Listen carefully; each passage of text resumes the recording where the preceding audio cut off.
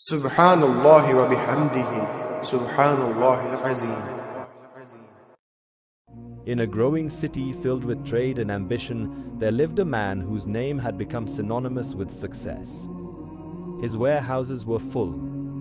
His accounts were heavy. His influence reached far beyond his street. People pointed at his life and said, "This is what it means to win." But there was something they could not see. Every night, long after the city slept, he remained awake, rechecking numbers, recalculating risks, fearing loss. His heart was never still. If a shipment was delayed, his chest tightened. If a deal slowed, his mind raced. If profit dropped even slightly, his peace vanished. Outwardly, he possessed everything, but inwardly, he was old. One afternoon, as the heat of the day softened into evening, a traveler arrived in the city.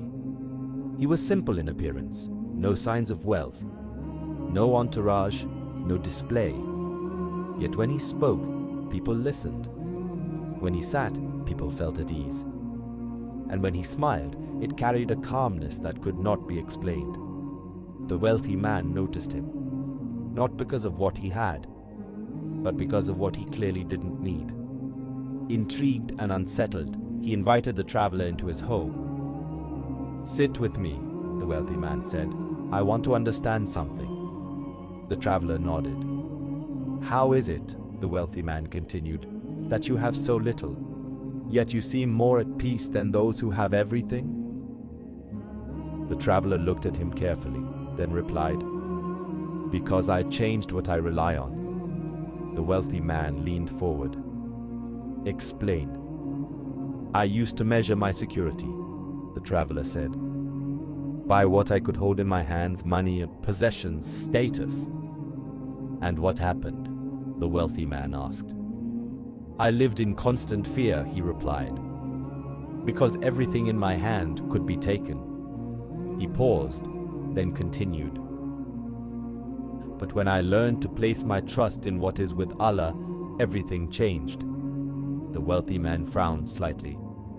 "Are you saying I should abandon my wealth? Leave everything behind?" The traveler shook his head gently. "No, that is not abstinence." He spoke with clarity. "Abstinence is not that you make the lawful forbidden, nor that you throw away what Allah has given you. It is this," he said, placing his hand over his chest, "that your heart does not cling more tightly to what is in your hand than it does to what is with Allah." Silence filled the room. The words did not just reach the man's ears. They reached the place he had been avoiding his entire life. The traveler continued, "And there is something even deeper. If a test comes to you, a loss, a hardship, an affliction, your heart should hope more for the reward from Allah in that moment than it longs to hold on to what you lost." The wealthy man's expression changed, because now this was no longer theory. This was a mirror. Days passed. Then, without warning, the test arrived. A major investment collapsed. A trusted partner failed him. A significant portion of his wealth disappeared. The kind of loss that would have once shattered him. He sat alone.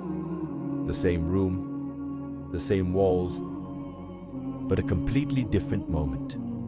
His heart began to race, just like before. But then, he remembered. What is in your hand can be taken, but what is with Allah never disappears. For the first time in his life, he didn't run to secure what remained. He didn't panic.